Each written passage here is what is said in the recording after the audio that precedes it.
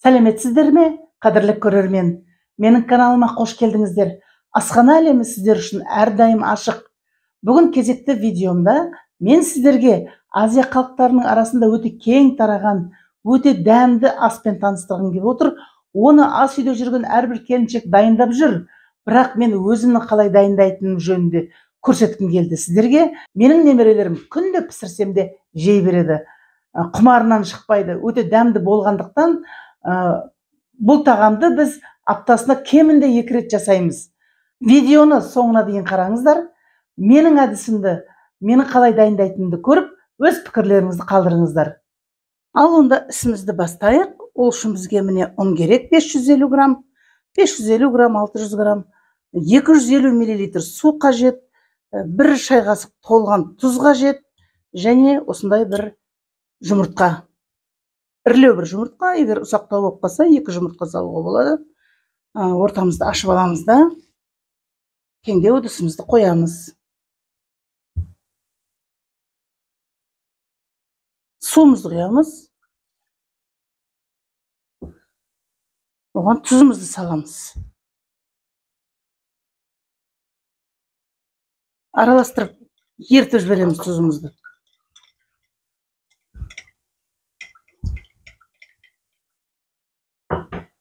Жұмыртқаны саламыз. Араластырып жібереміз.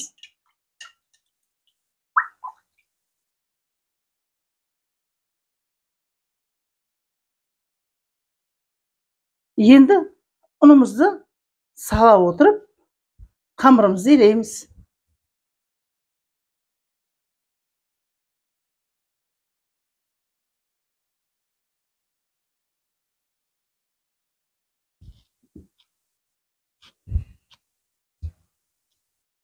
Ары қарай қолмен жалғастырамыз.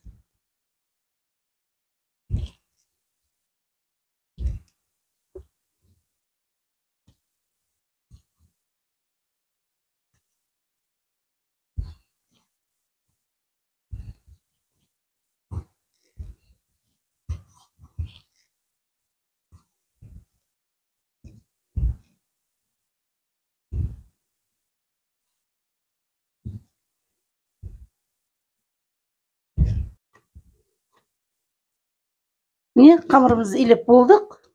Енді ыдысына саламыз да, 15-20 минутқа бетін жауып қоямыз. Ісімізді ары қарай жалғастырамыз. Бізге енді салмасын дайындауымыз керек. Ол үшін міне 450 граммдай ет, сиырдың еті. Мен оны жақсылап қолмен турап алдым. Құрғақтау болып қалмасын деп, мынандай еттің майлы жерін бөлек турап қойдым. 200 граммдай, туралған күйінде 200 граммдай. Және міне 700 грамм пияз туралған күйінде, осы, значит, 800-900 граммда пияз болса, турағанда осындай 700 грамм шығады. Және асқабақ. Асқабағымыз сол 700-800 грамм болады. Қалауларыңыз бойынша, мен енді осы жерде 700 грамм алдым. Дәмдеушілеріміз тұз, 1 шай қасық толған тұз, 1 шай қасық толған қара бұрыш, және 1 жарты шай қасық зира. Зираны кішкене қолмен үгітіп жібереміз. Уқалап жібереміз, дәмі иісі шықсын деп. Және салмамыз жақсы, сондай сөлі шығып тұрсын, бір-біріне жабыспай тұрсын деп, мынандай 4-5 қасық сұйық май қосамыз. Ендеше біз қазір араластырып, салмасын дайындап қоямыз. Қамырымыз тынығып болғанша, салмамыз да бір-бірімен араласып, арасындағы ингредиенттер дәмді болып тұрады. Алдымен пиязымызды саламыз. 1 шай қасық тұз салып, мұжып аламыз пиязымызды. Осылай мұжғылап, пияздың сөлін шығарып аламыз.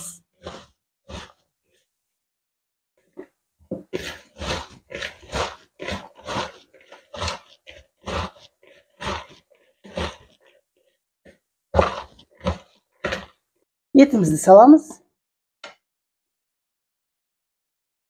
Майды саламыз. Және сұйық майымызды құямыз.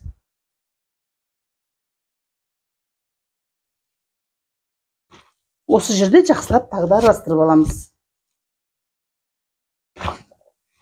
Пияз бен етті жақсылап араластырып аламыз. Қыздар ойлап қалуы мүмкін, бәрінде сала салып араластырып алсақ болады ғой деп. Менің енді өзімнің практикамда осылай жасап үйренгем, және пияз бен етті осылай араластырғанда өзара жаңағыдай дәмі бір-біріне сіңіп, еттің дәмі ерекше болып шыға келеді. Және осы жерде біз пияз бен етті араластырып алғаннан кейін асқабақты саламыз. Және дәмдеуіштеріміз: 1 шай қасық тұз, қарабұрыш және зира.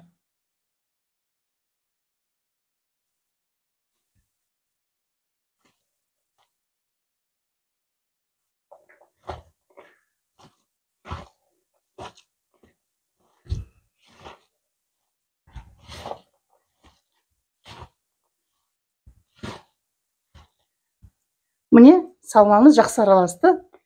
Енді бір шетке қоя тұрамыз.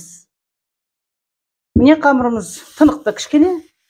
Енді қамырымызды аламыз да 2 бөлікке бөлеміз, себебі столымызға жайылмайды. Негізі үлкен стол болса, осы күйінде жая беруге болады. Мына видео түсіретін жеріміз кішкентай болғандықтан біз 2-ге бөлуге мәжбүрміз. Пакетке салып, бір шетке қоя тұрамыз.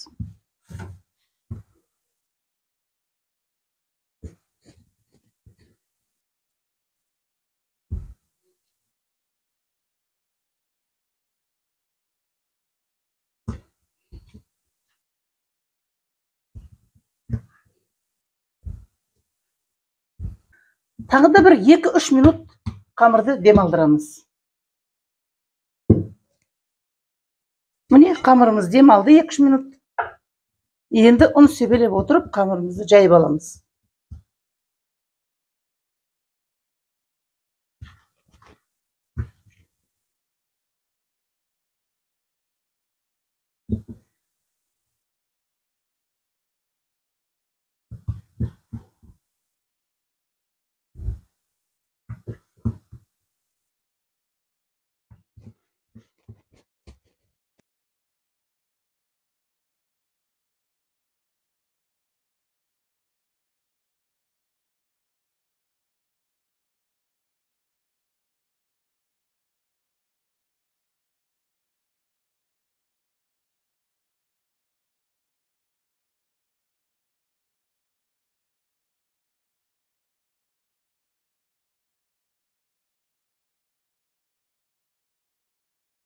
Міне, қамырымызды жайып алдық.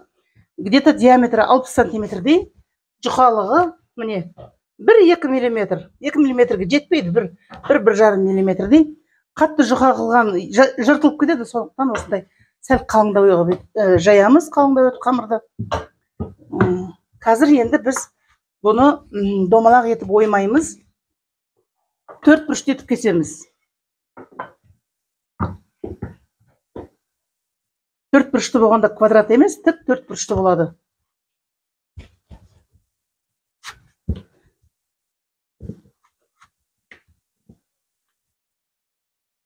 Ол үшін қамырымызды гармошка етіп жинаймыз алдымен. Осылай. Сосын керек мөлшерде ара қашықтығын осылай өлшеп кесіп аламыз. Міне, пышағымызды қатты баспай, шет жағын алып қоямыз. 5 сантиметрдей болады екен.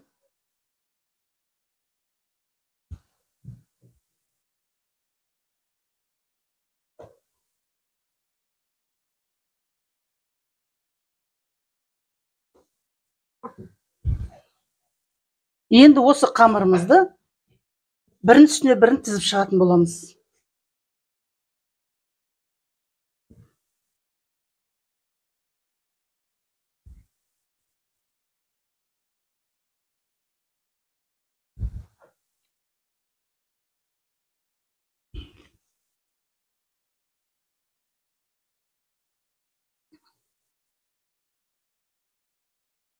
Енді осы жерде шамалы ұзыншалау етіп, 7-8 сантиметрдей ұзынша етіп кесіп аламыз.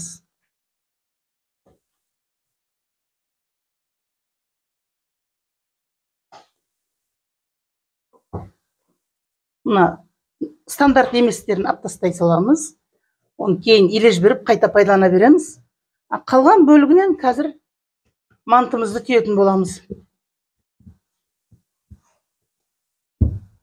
Мынау салмамыз.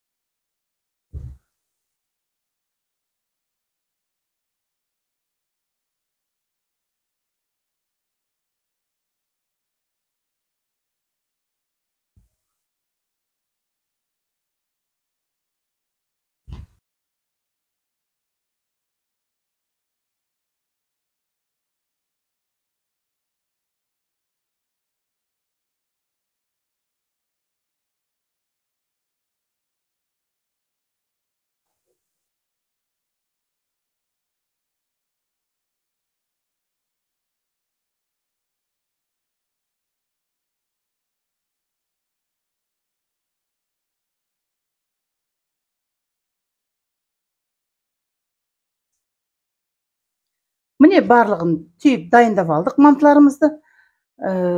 Қанша деп айтсам болады? Бір 50 шақты манты шықты.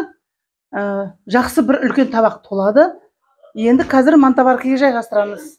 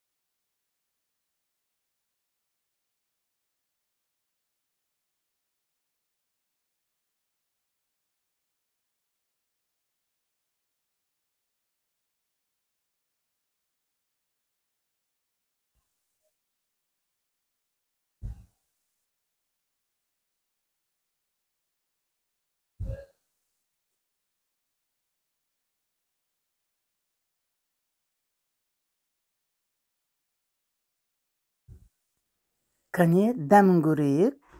Қалай шықты екен мантымыз?